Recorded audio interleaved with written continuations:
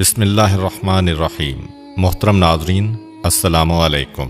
ایک دن پیغمبر اسلام اپنی ماں حلیمہ سعدیہ سے شکایت کرتے ہیں، کیونکہ دودھ کے ذریعے بھی وہ سارے رشتے قائم ہوتے ہیں جو خون کے ذریعے ہوتے ہیں، اس لیے حلیمہ سعدیہ پیغمبر اسلام کی ماں قرار پائیں۔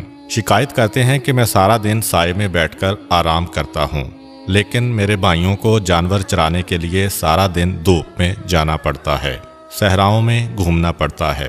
یہ آپ کیسی نا انصافی کر رہی ہیں؟ کل سے میں بھی ان کے ساتھ جاؤں گا۔ جناب حلیمہ سعدیہ منع کرتی ہیں کہ بیٹا، تم میں اور ان میں فرق ہے، لیکن پیغمبر اسلام تسلیم نہیں کرتے۔ کہا کہ مجھ سے یہ برداشت نہیں ہو رہا کہ ایک گھر میں رہنے والے دو بھائیوں میں سے ایک آرام سے رہے اور ایک زحمت کے ساتھ رہے۔ میں خود اپنے بھائیوں کی خدمت کے لیے جاؤں گا۔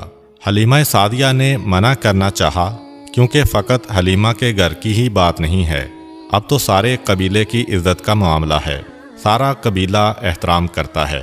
اگر لوگوں نے پلٹ کر مجھ سے پوچھ لیا کہ حلیمہ جو سارے قبیلے کے لیے برکت لے کر آیا، تم اسے ہی اپنے گھر کے کام کے لیے بھیج رہی ہو، تو میں کیا جواب دوں گی؟ مگر پیغمبر نے اتنا اصرار کیا کہ حلیمہ سعدیہ مجبور ہو گئیں، اور اگلے دن سے پیغمبر اسلام نے آقا کی حیثیت کے بجائے برابر کے ساتھی کی حیثیت سے اپنے بھائیوں کے ساتھ جانا شروع کر دیا۔ ایک مرتبہ جب آپ ان کے ساتھ بکریاں چرانے گئے تو وہ یہ دیکھ کر گھبرا گئے کہ قریب کی پہاڑی سے دو نوجوان اتر کر آئے، ہمارے بھائی کے قریب آئے، بازوؤں سے انہیں تھاما اور لے کر پہاڑی پر جا کر غائب ہو گئے۔ چیختے ہوئے اور فریاد کرتے ہوئے قبیلے میں آئے۔ ماں سے کہا، غضب ہو گیا، جو ہمارے بھائی ہیں جنہیں آپ مکہ سے لے کے آئی ہیں، پتہ نہیں کون سے دو آدمی آئے اور انہیں لے کر فرار اختیار کر گئے۔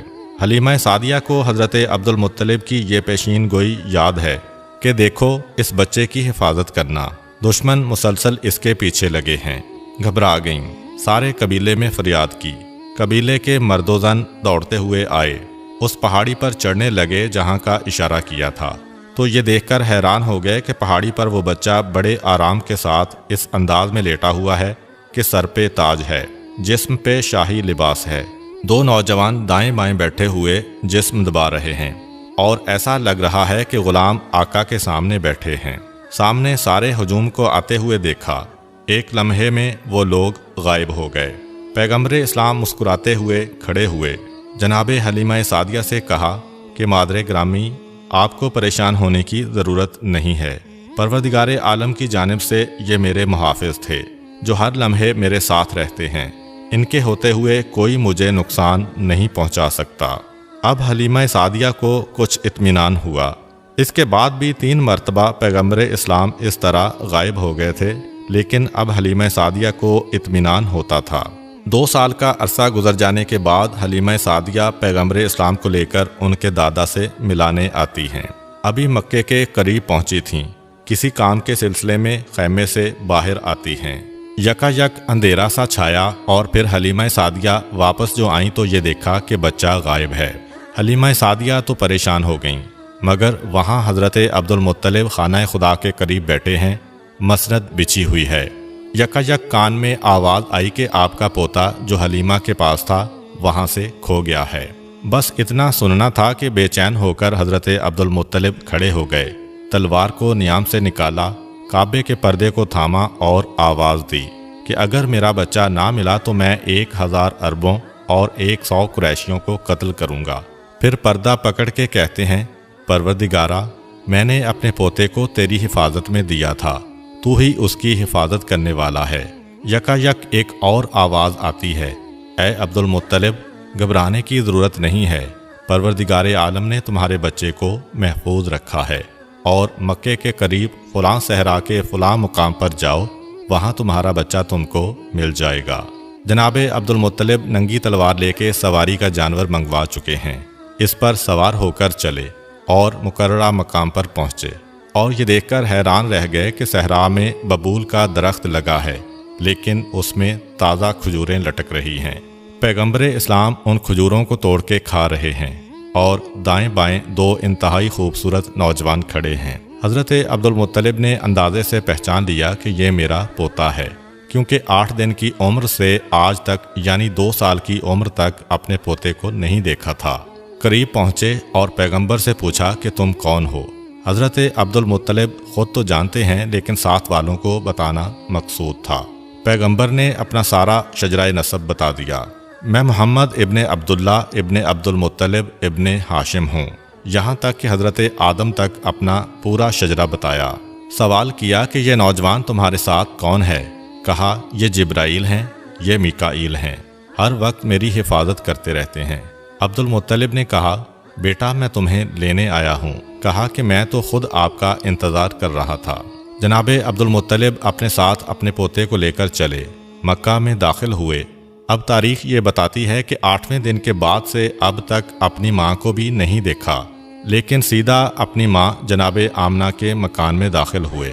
قریش کی ساری عورتیں جمع ہیں، جناب آمنہ رو رہی ہیں اور انہیں تسلی دی جا رہی ہے، کیونکہ جناب آمنہ کو صرف یہ خبر ملی تھی کہ آپ کا لخت جگر صحرا میں کھو گیا ہے۔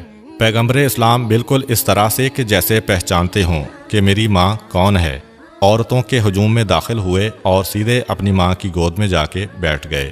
ساری عورتیں حیران و پریشان ہیں کہ جس نے 8 دن کے بعد سے اپنی ماں کو نہیں دیکھا، مگر کس انداز سے اور کس یقین کے ساتھ اپنی ماں کی گود میں پہنچا ہے۔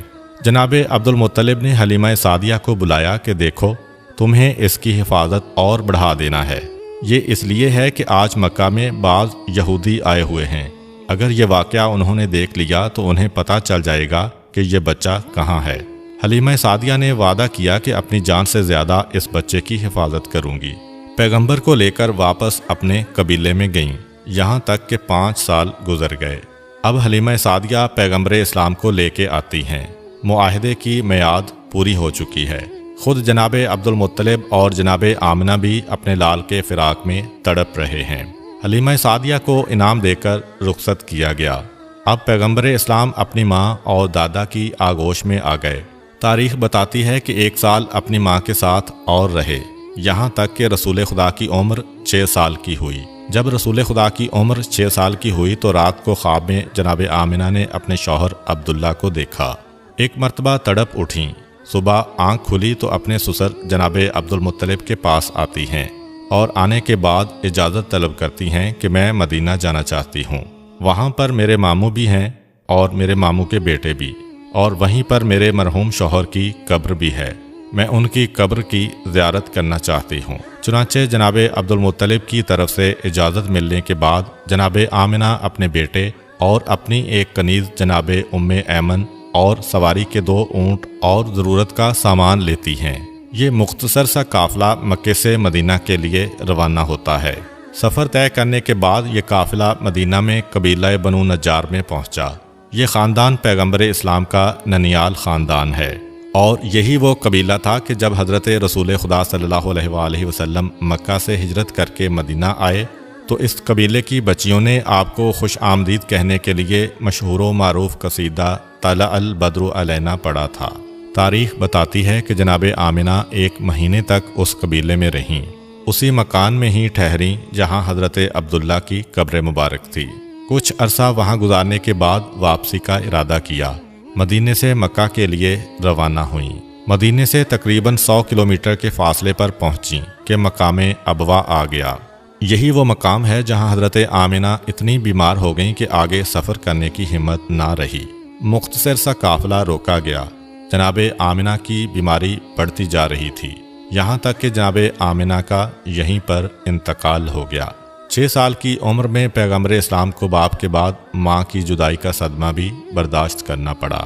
جناب آمنہ کو بڑے احترام کے ساتھ اس مقام پر دفن کیا گیا، اور جناب ام ایمن 6 سال کے اس بچے کو اپنی گود میں لے کر مکے کی جانب واپس چلیں۔ تاریخ کہتی ہے کہ پیغمبر اسلام کو اپنی والدہ اور ان کی قبر ہمیشہ یاد رہی، اسی لیے جب صلح حدیبیہ کے لیے پیغمبر اسلام مکہ جا رہے تھے تو اس وقت اسی مقام ابوا کے قریب سے گزر ہوا۔ چنانچہ وہاں سے گزرتے ہوئے پیغمبر اسلام نے کہا کہ قافلے کا رخ موڑا جائے، مجھے اپنی ماں کی یاد آ رہی ہے، میں اپنی ماں کی قبر کی زیارت کرنا چاہتا ہوں۔ پیغمبر اسلام اپنی ماں کی قبر پر پہنچتے ہیں اور زارو قطار روتے ہیں۔ بہرحال جناب ام ایمن 6 سال کے اس بچے کو لے کر مکہ پہنچیں اور ان کو ان کے دادا حضرت عبد المطلب کے سپرد کیا۔ 118 سال کی عمر ہے جناب عبد المطلب کی، ضعیفی کا عالم ہے، لیکن پیغمبر اسلام کو اپنی کفالت میں لیا۔ 1 سال تک پیغمبر جناب عبد المطلب کے پاس رہے اور اسی سال میں وہ واقعہ پیش آیا جو ہم نے اپنی پچھلی ویڈیو میں بیان کیا تھا۔ یہودیوں نے رسول خدا کی دعوت کی اور یہ ارادہ کیا کہ حرام کھلا کر دیکھیں کہ یہ رسول ہے کہ نہیں، اور ناکام ہو گئے۔ جب پیغمبر اسلام کی عمر 7 سال کی ہوئی اور حضرت عبد المطلب 119 سال کے ہوئے، تب ایک ایسا واقعہ پیش آیا جس میں پیغمبر اسلام کے پاس کچھ ایسے تحفے آئے جو پیغمبر اسلام کی ساری زندگی پیغمبر کے ساتھ ساتھ رہے۔ وہ واقعہ یہ تھا کہ اسی زمانے میں یمن کے حاکم سیف نے مکے پر قبضہ کر لیا اور مکے کو اپنی حکومت میں شامل کر لیا۔ جناب عبد المطلب ان دنوں مکہ میں نہیں تھے۔ جب واپس آئے تو پتہ چلا کہ یہ واقعہ پیش آیا ہے۔ مکے والوں کی سلامتی عبد المطلب اپنی ذمہ داری سمجھتے ہیں۔ کہا کہ میں خود حاکم یمن سے جا کے بات کروں گا اور اسے بتاؤں گا کہ یہ خدا کا محترم شہر ہے، یہاں والوں پر نہ کوئی ٹیکس لگایا جائے نہ ظلم کیا جائے۔ اپنے ایک مختصر سے وفد کو تیار کیا اور مکہ سے یمن چلے۔ جناب عبد المطلب کی عادت میں یہ شامل تھا کہ جب کہیں جاتے تھے تو رسول خدا کو ساتھ نہیں لے کر جاتے تھے، اس لیے کہ مکہ میرا شہر ہے، یہاں پہ ہم حفاظت کر سکتے ہیں۔ مکہ کے باہر اگر خدا نخواستہ کوئی حملہ ہو جائے تو حفاظت ممکن نہیں، بلکہ یہ اطمینان بھی ہوتا تھا کہ میں جا رہا ہوں لیکن میرا بیٹا ابو طالب میرے پوتے کی حفاظت کرے گا۔ لیکن حضرت عبد المطلب کی وفات کے بعد حضرت ابو طالب کا طریقہ کار اس کے الٹ ہو گیا۔ آپ جب بھی کہیں باہر جاتے تھے تو رسول خدا کو اپنے ساتھ لے کے جاتے تھے، کیونکہ اب پیچھے مکہ میں کوئی ایسا موجود نہیں تھا جو ان کی غیر موجودگی میں رسول خدا کی حفاظت کرتا۔ حضرت عبد المطلب یمن جب پہنچے تو وہاں کا حاکم سیف چھٹی منانے گیا ہوا تھا۔ اس حاکم کا طریقہ یہ تھا کہ موسم بہار میں عید نوروز سے 40 دن تک حکومت کے سارے کام بند کر دیتا تھا۔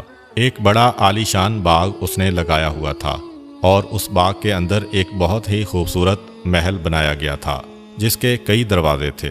40 دن تک اسی محل میں جا کے بیٹھ جاتا تھا اور سپاہیوں کو سخت ترین حکم تھا کہ کسی کو میرے پاس نہ آنے دینا، چاہے میرے اپنے بیٹے ہی کیوں نہ ہوں۔ 40 دن سارے امور مملکت سے چھٹی پا کر یہ آرام کرتا تھا۔ جناب عبد المطلب یہاں پہنچے تو پتہ چلا کہ حاکم یمن چھٹی منا رہا ہے۔ جناب عبد المطلب پریشان کہ مجھے مکہ جا کر اپنے امور کو سنبھالنا ہے، 40 دن تو یہاں نہیں رکا جا سکتا، اور اس کے بعد بھی پتہ نہیں کہ حاکم کتنے دن اور روک لے۔ آخر یہ دیکھا کہ باغ کے راستے سے تو جانا ممکن نہیں، مگر صحرا کے راستے سے جو بالکل ویرانہ ہے، اس طرف جو دروازہ ہے وہاں سے جایا جا سکتا ہے۔ محل کے دروازے پر پہنچے، سپاہی سے کہا کہ جا کے بتاؤ کہ میں مکے سے آیا ہوں، میرا نام عبد المطلب ہے۔ سپاہی نے انکار کر دیا کہ مجھے قتل کر دیا جائے گا اگر میں نے آپ کا نام بھی اندر پہنچایا تو۔ حضرت عبد المطلب نے یہ سنا تو 100 سرخ اشرفیاں اپنے تھیلے سے نکال لیں اور اس کے حوالے کیں کہ یہ میری طرف سے انعام ہے اور یہ میرا وعدہ ہے کہ تمہیں کوئی نقصان نہیں پہنچے گا، اگر نقصان پہنچے تو میری ذمہ داری ہے، تمہارے نقصان کو میں پورا کروں گا۔ اب جب 100 اشرفیاں دیکھیں تو وہ بھی ایک لمحے کے لیے بھول گیا کہ کتنا بڑا خطرہ مول لے رہا ہوں۔ محل کے اندر گیا، جانے کے بعد دیکھا کہ حاکم محل کے بیچ میں بیٹھا ہے۔ کہا کہ ایک انتہائی مقدس اور ضعیف شخص مکے سے آیا ہے، آپ سے ملاقات کرنا چاہتا ہے۔ حاکم یمن سیف نے سنا، ایسا لگا کہ اسے بھی کسی آنے والے کا انتظار تھا، ورنہ یہ حاکم وہ تھا کہ جس کا حکم تھا اگر میرے بیٹے بھی میرے پاس آئے تو میں ان کو قتل کر دوں گا۔ ننگی تلوار رکھی بھی ہوئی ہے، لیکن اس وقت یہ سننے کے بعد کہ ایک اجنبی شخص مکے سے آیا ہے تو یہ سن کر کہتا ہے کہ جاؤ اسے بلا کر لاؤ۔ یہ جملہ بتا رہا ہے کہ حاکم نے مکے پہ قبضہ کیا تو اس کا کوئی مقصد تھا، اور اب غالباً اسے انتظار تھا کہ مکے سے ضرور کوئی میرے پاس آئے گا۔ سپاہی نے محل کے دروازے پر جا کر حضرت عبد المطلب سے کہا کہ آئیے۔ سپاہی خود حیران ہے، اسے یقین نہیں آ رہا۔ اب جب پیغام دے کے آ گیا تو سوچ رہا ہے کہ میں نے کتنی بڑی حماقت کر دی، مگر یقین نہیں آ رہا کہ آج کیا معجزہ ہو گیا۔ حضرت عبدالمطلب کو لے کر محل کے اندر پہنچا۔ حاکم یمن محل کے اندر بیٹھا ہے، ایک پہلو میں ننگی تلوار ہے، ایک پہلو میں شراب کا جام ہے۔ جناب عبدالمطلب کو آتا ہوا دیکھا، کھڑے ہو کر استقبال کیا۔ آپ کہاں سے تشریف لائے ہیں؟ جناب عبدالمطلب نے کہا کہ میں مکے سے آیا ہوں اور مکے والوں کے بارے میں آپ سے کوئی بات کرنا چاہتا ہوں۔ کہا کہ آپ بیٹھ جائیے، آپ سے تو بعد میں سنوں گا، پہلے میں آپ کو کچھ بتانا چاہتا ہوں کہ میرے پاس انبیاء کے صحیفوں سے ایک علم پہنچا ہے کہ مکے میں عنقریب خدا کا آخری رسول ظاہر ہونے والا ہے، اور یہ آخری رسول جب اس دنیا میں آئے گا تو اس کے باپ کا انتقال ہو چکا ہوگا، کچھ عرصے کے بعد اس کی ماں کا بھی انتقال ہو جائے گا، اس کے بعد اس کا دادا اسے اپنی نگرانی میں لے گا۔ جب وہ دادا اسے اپنی نگرانی میں لے گا تو ایک مرتبہ وہ دادا مجھ سے ملنے آئے گا، اور میرے پاس انبیاء کی جانب سے 3 امانتیں اس رسول کے لیے رکھی ہوئی ہیں۔ میں انتظار کر رہا ہوں کہ مکہ میں وہ کون ہے جو آ کے مجھ سے یہ امانت لے جائے۔ یہ بھی یاد رکھیے کہ اس بچے کی پہچان یہ ہے کہ اس کے دونوں کاندھوں کے بیچ ایک مہر نبوت لگی ہوئی ہے جس پہ لکھا ہے لا الہ الا اللہ محمد الرسول اللہ۔ جب یہ بچہ آپ کو مکے میں نظر آئے تو آپ فوراً مجھے آ کر پیغام دیں، کیونکہ میں اس کا انتظار کر رہا ہوں۔ جناب عبدالمطلب جانتے ہیں کہ یہ کس بچے کا تذکرہ ہو رہا ہے، لیکن سوچ رہے ہیں کہ کیا کہیں۔ یہ بھی نہیں کہہ سکتے کہ وہ میرا پوتا ہے، کہیں حاکم یہ نہ سمجھ لے کہ امانت کا نام سن کر اپنے آپ کو کہہ دیا، اور یہ وعدہ بھی نہیں کر سکتے کہ جب وہ بچہ آئے گا تو میں آپ کو بتاؤں گا۔ یہ بھی ایک طرح سے غلط وعدہ ہے۔ بیٹھے ہوئے ہیں۔ سیف مسکرایا، مسکرا کے کہا فقط اتنا ہی نہیں، میرا اندازہ یہ ہے کہ اس بچے کے دادا آپ ہی ہیں، اور وہ بچہ اس وقت آپ کے گھر میں پیدا ہو چکا ہے۔ جناب عبدالمطلب نے کہا کہ ہاں، جو علامتیں آپ نے بتائی ہیں ان علامتوں کے مطابق تو میرا پوتا ہے، اور مجھے یہ بھی پتا ہے کہ میرا پوتا اللہ کا آخری رسول ہونے والا ہے۔ مجھے اس کے بارے میں سب کچھ معلوم ہے۔ سیف نے کہا کہ اچھا، کل دربار میں آپ سے ملاقات ہوگی اور وہاں پہ میں آپ سے تفصیلی بات چیت کروں گا۔ جناب عبدالمطلب رخصت ہو کر باہر آ گئے، اور یمن میں جس جس کو یہ اطلاع ملی سب نے ایک مرتبہ حیرت کے مارے دانتوں میں انگلیاں دبا لیں۔ یہ کیسے ممکن ہے کہ ان دنوں میں کوئی آدمی جائے اور زندہ واپس آ جائے؟ اور اس سے زیادہ حیرت اگلے دن ہوئی کہ 40 دن سے زیادہ حاکم شہر والوں سے کٹ جاتا تھا، لیکن اب محل سے باہر نکل آیا۔ اگلے دن دربار سجایا گیا، اور دربار میں باقاعدہ مکے کے وفد کو شاہی مہمان کی حیثیت سے بلایا۔ حاکم نے جناب عبدالمطلب کو اپنے پہلو میں بٹھایا اور سارے وفد میں بھاری انعامات تقسیم کیے۔ اب جناب عبدالمطلب انتظار کر رہے ہیں کہ اب وہ امانتیں کب ملتی ہیں۔ حاکم نے کہا کہ راز کی بات ہے جو میں دربار میں سب کے سامنے نہیں کہہ سکتا، شام کو آپ میرے محل میں آئیے، جب آپ کو رخصت کیا جائے گا تو یہ امانتیں آپ کو دے دی جائیں گی۔ اب حضرت عبدالمطلب کو انتظار ہے۔ شام کا وقت آیا۔ حضرت عبدالمطلب شام کو محل میں گئے تو حاکم یمن نے 3 جانور پیش کیے۔ کہا کہ یہ 3 جانور میری طرف سے آپ کے اس پوتے کے لیے تحفہ ہے کہ جو اللہ کا آخری رسول ہونے والا ہے، اور اگر میں زندہ رہا تو یقیناً اس کی مدد کروں گا۔ حاکم یمن ایک اونٹنی، ایک خچر اور ایک گھوڑا تحفے میں پیش کرتا ہے۔ یہ اونٹنی تاریخ اسلام میں بڑی اہمیت رکھتی ہے، کیونکہ پیغمبر اسلام نے جو اپنا آخری خطبہ دیا تھا وہ اسی اونٹنی کے اوپر سوار ہو کر دیا تھا، جو حاکم یمن کی طرف سے رسول خدا کو ملی تھی۔ یہ تینوں جانور پیغمبر اسلام کے ساتھ مدینے میں بھی تھے۔ چنانچہ تاریخ بتاتی ہے کہ جب پیغمبر اسلام ہجرت کر کے گئے تو حضرت علی علیہ السلام کو بستر پہ سلایا گیا، اور ایک اور ذمہ داری آپ کے سپرد کی گئی کہ خاندان بنی ہاشم کی جو عورتیں ہیں جنہیں رسول خدا اپنے ساتھ لے کر نہیں گئے تھے، انہیں اور ان جانوروں کو اور خاندانی تبرکات کو لے کے مجھ سے مدینے میں ملاقات کرنا۔ تو یہ پیغمبر اسلام کے پاس وہ تحفے تھے کہ جو حاکم یمن کے ذریعے ان تک پہنچے اور آخری وقت تک پیغمبر کی خدمت میں رہے۔ حاکم یمن نے بتایا کہ یہ گھوڑا پروردگار عالم کی جانب سے ایک معجزے کے نتیجے میں وجود میں آیا، اور اس اونٹ کے بارے میں بھی روایت ہے کہ یہ خاص الخاص تحفہ پیغمبر اسلام کے لیے بنایا گیا۔ حاکم نے تینوں جانوروں کے بارے میں بتایا کہ اس اونٹنی پر میں اگر 6 مہینے بھی سفر کروں تو یہ تھکتی نہیں ہے اور اپنے سوار کو پریشان نہیں کرتی۔ گھوڑا ایسا بابرکت ہے کہ میں جس جنگ میں بھی اس پر سوار ہو کر گیا کبھی مجھے شکست نہیں ہوئی اور میرے قدم پیچھے نہیں ہٹے۔ خچر ایسا ہے کہ اس کے اوپر سوار ہو کر اگر تفریح کی جائے تو انسان کی تفریح کا لطف دوبالا ہو جاتا ہے۔ یہ خاص الخاص 3 تحفے ہیں، یہ آپ اس سال اپنے ساتھ لے جائیں۔ آئندہ سال جب آپ تشریف لائیں تو ایک اور اہم ترین راز ہے جو انبیاء کے صحیفوں میں ہے اور میرے سینے میں محفوظ ہے۔ میں وہ آپ تک پہنچاؤں گا تاکہ آپ پھر اپنے خاندان والوں کو یہ راز بتائیں۔ اپنے پوتے کی حد سے زیادہ حفاظت کریں۔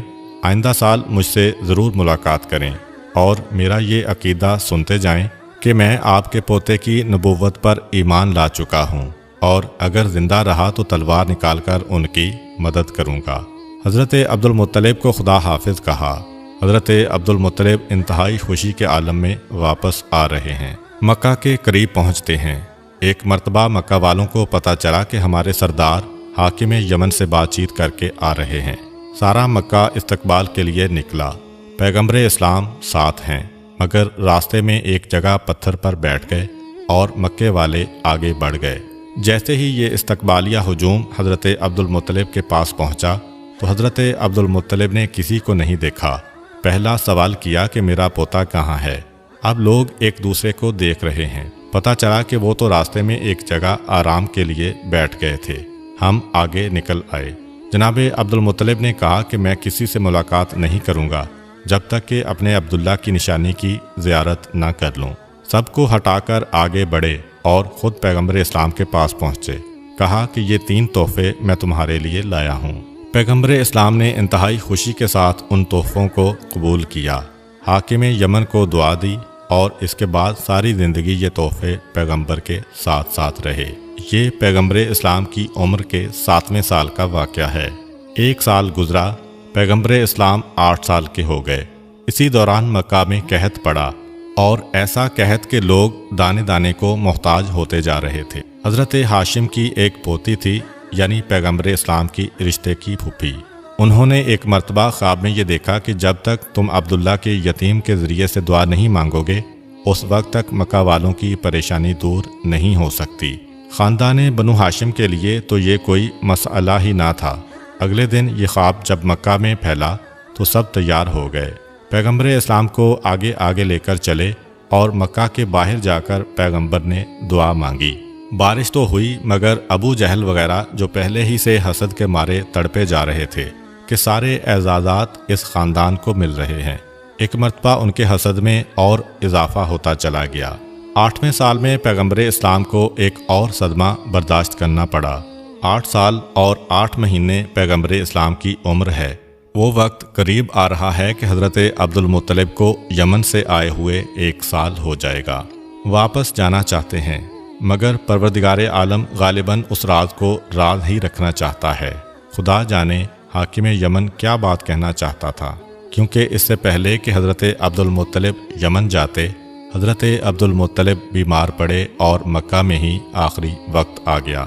حضرت عبد المطلب کی حالت بگڑتی جا رہی تھی، یہاں تک کہ خاندان کے لوگوں نے طے کیا کہ حضرت عبد المطلب کو خانہ خدا کے قریب منتقل کیا جائے۔ چنانچہ جناب عبد المطلب کو خانہ خدا کے قریب لایا گیا اور ان کے لیے ایک مسند کو بچھایا گیا۔ حضرت عبد المطلب کو اس پر لٹا دیا گیا۔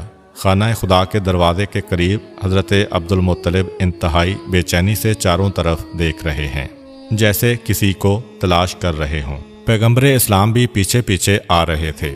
جب یہاں پہنچے تو سیدھا آگے بڑھ کر اس مسند پر قدم رکھا۔ ابو لہب جو رسول خدا کا چچا تھا، اس نے سوچا کہ موقع غنیمت ہے، آگے بڑھ کر پیغمبر اسلام کو روکا۔ حضرت عبد المطلب جو غشی کی حالت میں ہیں، ایک مرتبہ آنکھیں کھولیں، چاروں طرف دیکھا، ایسا لگا کہ کسی کو ڈھونڈ رہے ہیں۔ کسی نے سوال کیا کہ آپ کس کو تلاش کر رہے ہیں؟ جواب نہ دیا۔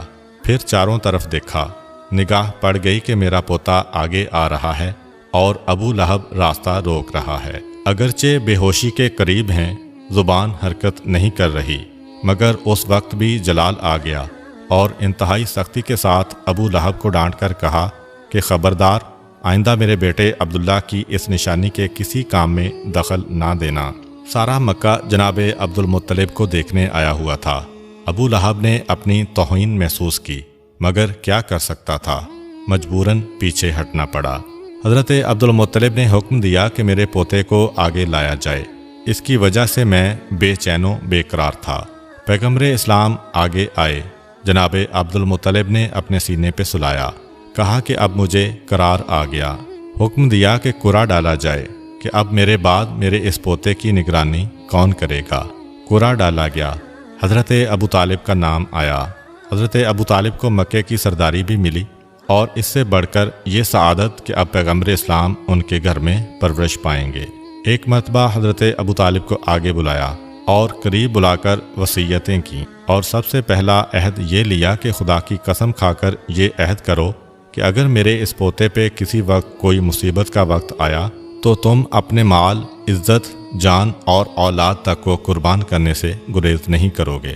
ابو طالب، جن کا تو خود اعتقاد یہی ہے، اپنے والد سے خانہ خدا کے سامنے قسم کھا کے یہ عہد کرتے ہیں، اور اس کے بعد دوسری نصیحت کہ بیٹا، ویسے تو تمہیں سب سے بچانا ہے میرے اس پوتے کو، مگر خاص طور پر یہودیوں سے اور قریش کے حاسدوں سے ہوشیار رہنا۔ حضرت ابو طالب نے عہد کیا کہ میری جان و اولاد سے بھی زیادہ قیمتی ہے میرا یہ بھتیجا۔ حضرت ابو طالب کے ہاتھ میں پیغمبر اسلام کا ہاتھ دیا، اس کے بعد آواز دی کہ اے قریش والو، کیا میرا تم پر کوئی حق ہے یا نہیں؟ سارے قریش نے کہا کہ آپ کی وجہ سے ہم صاحب عزت ہو گئے، آپ کی وجہ سے سارا عرب ہمارا احترام کرنے لگا، آپ کا ہمارے جان و مال پہ حق ہے۔ کہا بس میرے اس حق کا واسطہ میرے اس پوتے کی مدد کرتے رہنا اور اس کے حکم کی اطاعت کرتے رہنا۔ سارے قریش نے یک زبان ہو کر کہا ہمارا آپ سے یہ وعدہ ہے۔ اب حضرت عبد المطلب چاروں طرف دیکھتے ہیں۔ حضرت ابو طالب سوال کرتے ہیں کہ کیا بات ہے؟ کہا کہ میں دنیا سے جا رہا ہوں، میرا دل یہ چاہتا ہے کہ میری بیٹیاں میرے سرہانے ہوں اور مجھ پر گریا کریں اور میں اس دنیا سے رخصت ہوں۔ قریش کے دوسرے لوگوں کو ذرا دور کیا گیا۔ حضرت عبد المطلب کی 6 بیٹیاں تھیں، یعنی پیغمبر اسلام کی 6 پھوپھیاں تھیں، ان سب کو بلایا گیا۔ جناب عبد المطلب کی بیٹیاں شاعری جانتی تھیں۔ حضرت عبد المطلب نے اپنی بیٹیوں سے کہا کہ میں تمہارے گریا و زاری کے درمیان اس دنیا سے رخصت ہونا چاہتا ہوں۔ ایک ایک بیٹی اپنا لکھا ہوا مرثیہ پڑھتی ہے۔ حضرت عبد المطلب کو سکون آتا جا رہا ہے، یہاں تک کہ 6 بیٹیوں نے اپنے مرثیے ختم کیے۔ حضرت عبد المطلب نے پیغمبر اسلام کی پیشانی کو بوسہ دیا جو دادا کے سینے پر لیٹے ہیں، اور حضرت عبد المطلب اس دنیا سے رخصت ہو گئے۔ تاریخ یہ بتاتی ہے کہ سارے مکے نے صحیح معنوں میں حضرت عبد المطلب کا سوگ منایا۔ حضرت عبد المطلب کی وفات کے بعد پیغمبر اسلام اپنے چچا ابو طالب کے گھر میں منتقل ہو گئے۔ حضرت ابو طالب کو مکے کی سرداری بھی مل گئی اور پیغمبر اسلام بھی حضرت ابو طالب کے گھر آئے۔ حضرت ابو طالب کے گھر پیغمبر اسلام جب تشریف لائے تو حضرت ابو طالب اس عزت و احترام کا ابھی سے مظاہرہ شروع کر دیتے ہیں کہ جو عام مسلمانوں نے اعلان رسالت کے بعد شروع کیا۔ اپنے بستر پہ ساتھ سلاتے ہیں، ایک ہی لحاف میں ساتھ رکھتے ہیں تاکہ کسی دشمن کا حملہ نہ ہونے پائے۔ گھر میں خاص طور پر حکم ہے کہ جب تک میرا بھتیجا کھانے کے لیے دسترخوان پر نہ بیٹھے، خبردار کوئی گھر والا کھانا نہیں کھا سکتا۔